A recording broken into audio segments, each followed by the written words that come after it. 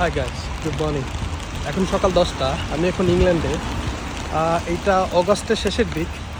So summer প্রায় শেষ, সেপ্টেম্বরে উইন্টার আসবে। সো এর জন্য খুব বৃষ্টি শুরু হয়েছে, তো তুখর বৃষ্টি।